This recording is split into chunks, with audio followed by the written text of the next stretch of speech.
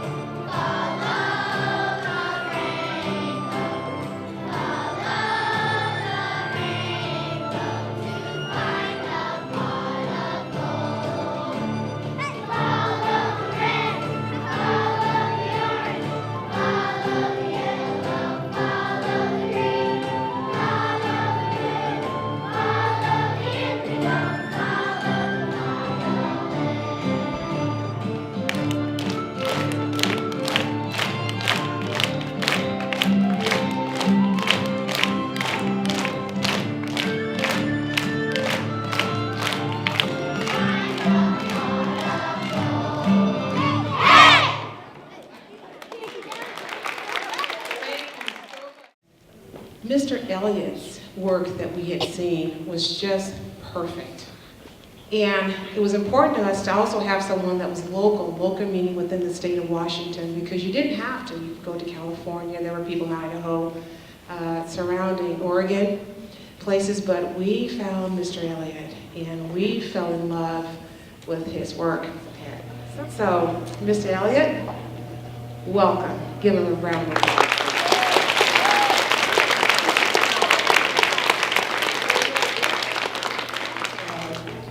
Thank you very much for inviting me, and it's a great honor to be a part of Jefferson and to be a part of your school experience.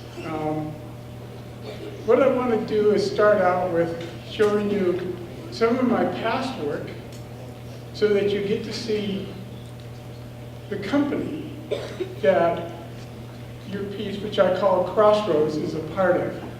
So Jane, the first slide.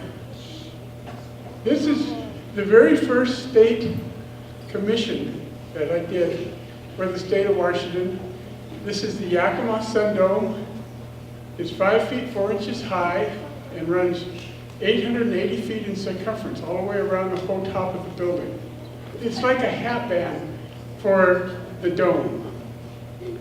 Okay, this is a pair of water tanks that I did for the city of Pateros. This is up along the Columbia River, just above the town. This is a piece I actually got to do in Times Square, New York, which is the busiest corner in the United States. 1 million people a day walk by this, and this piece was up for 1.5 years. It's 17 feet high and 40 feet long. And we put it right onto a building, because the building was going to be destroyed. We just glued it right onto the building. Where's the ball comes down, right? Yeah, that's where, Times Square is where the ball comes down for New Year's, when they celebrate New Year's Eve in this country. Okay, this is the second state of Washington piece I did. This is East Lake High School in Redmond, Washington. And there's a walkway that connects two buildings up above, a bridge. And there's windows on the other side, and so reflector pieces are on both sides of the windows. And you kind of walk through the space. The windows are a little bit like your windows, but a little larger. And this one is called Rainbow Bridge. Very appropriate. Yeah, very appropriate. This is a piece I did for University High School in Spokane, Washington. And this is mounted in the library, and there's two more sides to this piece. So the reflector windows wrap around three sides of the library of this high school in Spokane. This is a piece that you may get to see because it's in the SeaTac airport.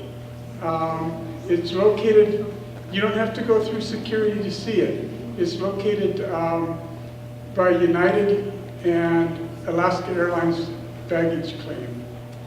It's 6 feet high and 20 feet long, backlit. It's called the Eyes on the World. This is another piece that you might be able to get to see, because this is in the city of Renton, on the parking garage, and it's 76 feet tall. The elevator goes up and down in that shaft, but unfortunately, the elevator isn't glass, so you can't see this piece from the inside.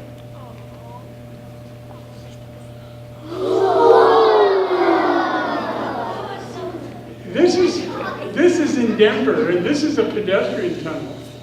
And you actually get to walk through this tunnel. And it's associated with a light rail station. So you would get off the light rail and you would walk through this tunnel on your way to get to the bus on the other side, that you take an elevator up. And this is made with a little different kind of reflector. These are roadway reflectors. These are the kind that are actually out in the middle of the road and your car drives over them. Okay, this is a brand new piece. This is a piece photographed in November as it was going up in Charlotte, North Carolina. It's also associated with a light rail station. And it's in the glass tower, but the really neat thing about this one is that the elevator is glass. And so as you go up and down the elevator, you'll experience the windows as the sun coming through. Okay, this one has been installed, but they have it under wraps. And it's just killing me because this is in Seattle on Martin Luther King Way, part of the Sound Transit light rail corridor. As you can see, it's just totally part of the streetscape, and it's all facing south. There's 35 different walls that reflector panels are connected to. And here is Jefferson Elementary.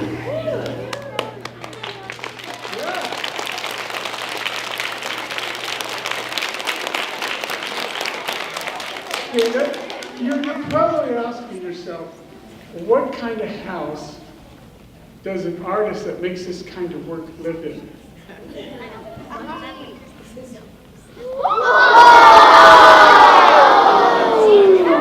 That is our front of our house. And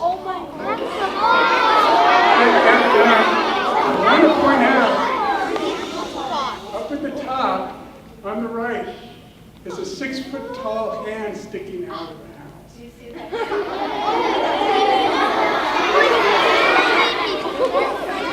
And the footprints as you come out of the house, they get bigger and bigger and bigger. Somebody stepped in the paint, and as the paint was magic, and then just made it bigger and bigger and bigger. It got so big that it couldn't stay in the house, the hand just went right out.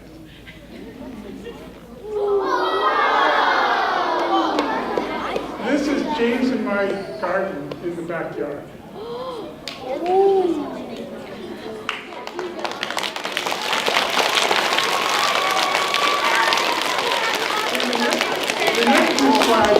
show you is the work that I'm doing right now. This work is what I would call computer painting, because I'm painting in the computer, and then I get them out of the computer by creating prints. And I'm printing them off on 44-inch wide canvas.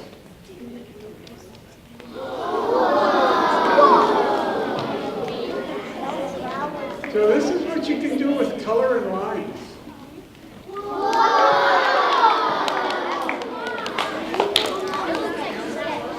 So this work has been done in the last 3 weeks or 4 weeks.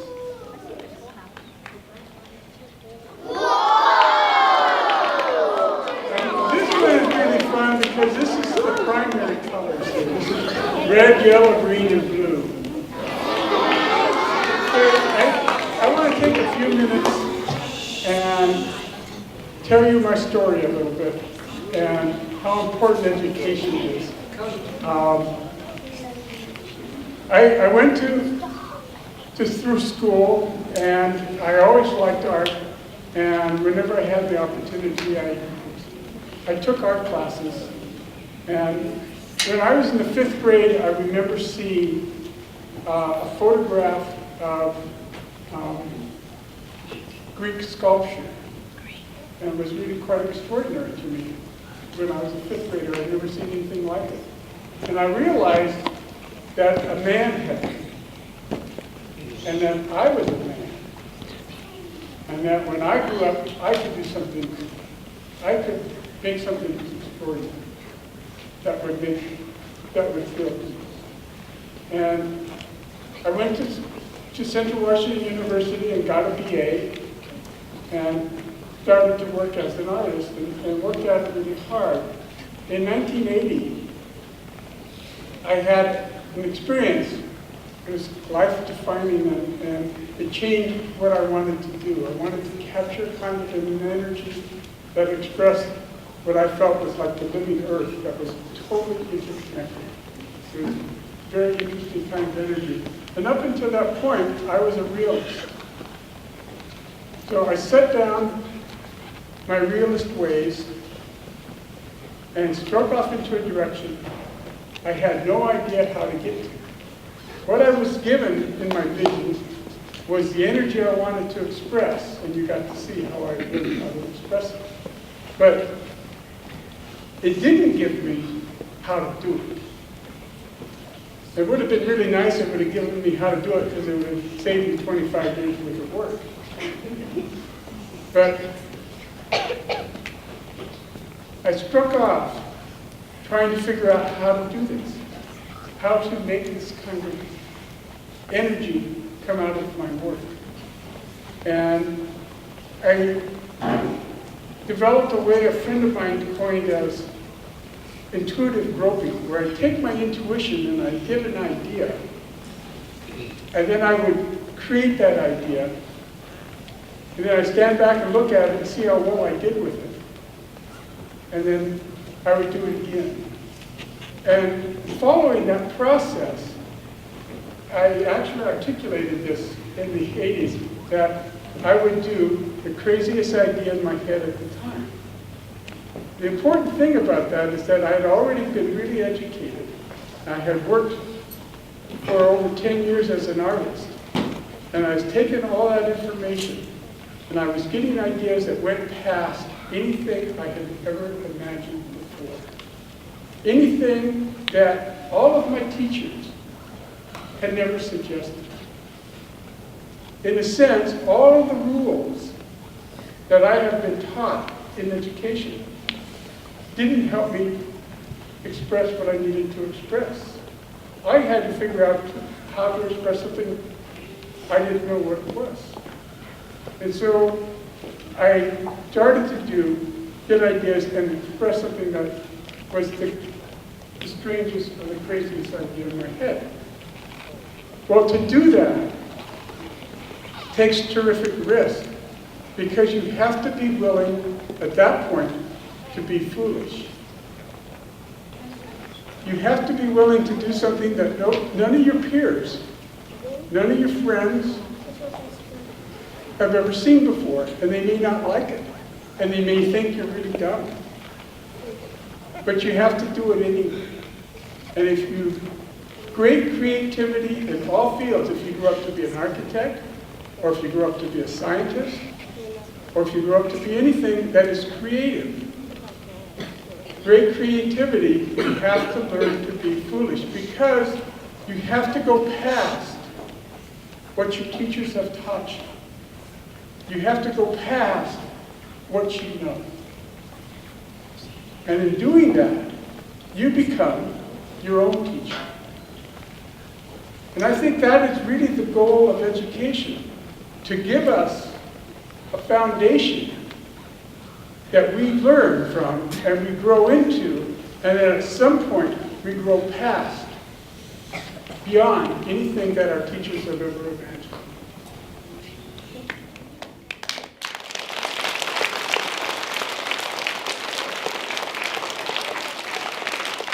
I want to thank you very much for inviting Jane and I today. It's wonderful to be a part of your school. Thank you.